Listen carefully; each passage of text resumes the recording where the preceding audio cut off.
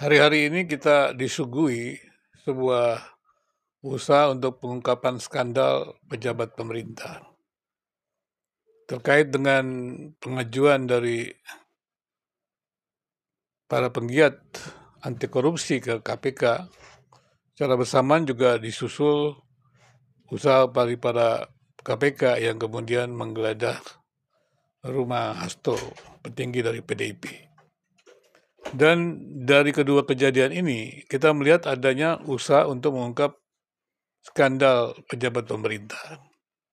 Pertanyaannya kemudian, apakah usaha untuk mengungkap skandal pejabat pemerintah ini akan mengubah wajah politik di negeri ini? Jika kita melihat usaha-usaha mereka yang berusaha saling menjegal, secara khusus juga melalui skandal korupsi misalnya, dan kita sudah dapat menduga bahwa skandal korupsi yang akan diungkap itu tidak akan membuat banyak perubahan untuk negeri ini. Kenapa saya katakan tidak akan membuat banyak perubahan bagi negeri ini? Karena korupsi itu bukan lagi menjadi sesuatu yang memang diperangi atau diberantas oleh para pejabat pemerintah, tetapi sudah menjadi alat, instrumen, bisa dikatakan mainan lah.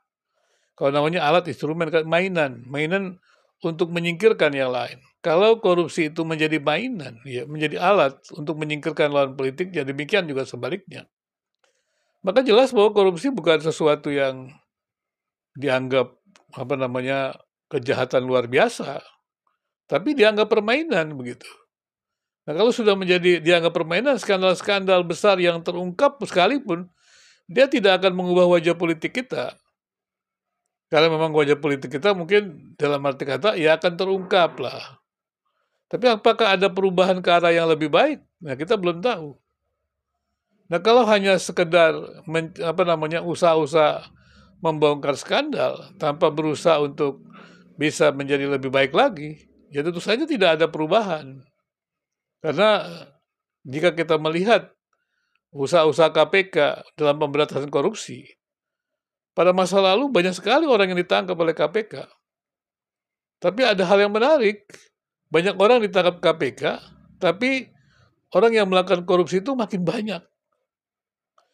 Orang bukannya takut dengan korupsi, mereka hanya takut tertangkap tangan saja, gitu.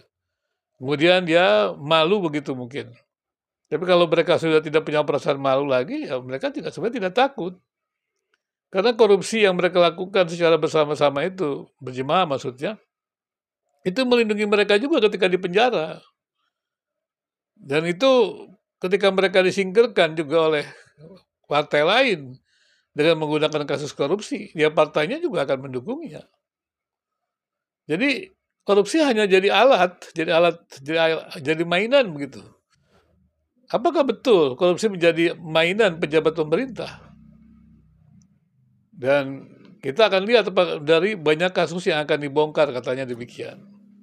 Ya sudah mulai lihat ke persoalan-persoalan yang dibongkar dalam pejabat pemerintah. Tapi kalau kita mau melihat lebih jauh lagi, apa yang dibongkar itu semua akan menunjukkan bahwa memang tidak akan ada perubahan yang berarti untuk negeri ini. Kecuali ya kesadaran bahwa mereka itu justru akan berjuang bersama memutus korupsi, memutus rantai korupsi. Dan mereka semuanya berjuang bersama untuk membangun kehidupan bersama lebih baik. Bukannya saling menyingkirkan. Sama warga bangsa, berjuang untuk kesejahteraan. Berjuang bersama-sama untuk membangun Indonesia. Kalau memang dikatakan seperti Presiden Prabowo punya semangat patriotisme, maka mereka semua berjuang. Nah, itu ada harapan. Jadi pengungkapan kasus korupsi bukan menjadi alat memikirkan yang lain, tetapi merupakan penegakan hukum. Sehingga semuanya dilakukan secara adil, bukan menjadi permainan. Nah, kalau dilakukan secara adil, maka sudah pasti akan terjadi perubahan wajah politik Indonesia yang lebih baik.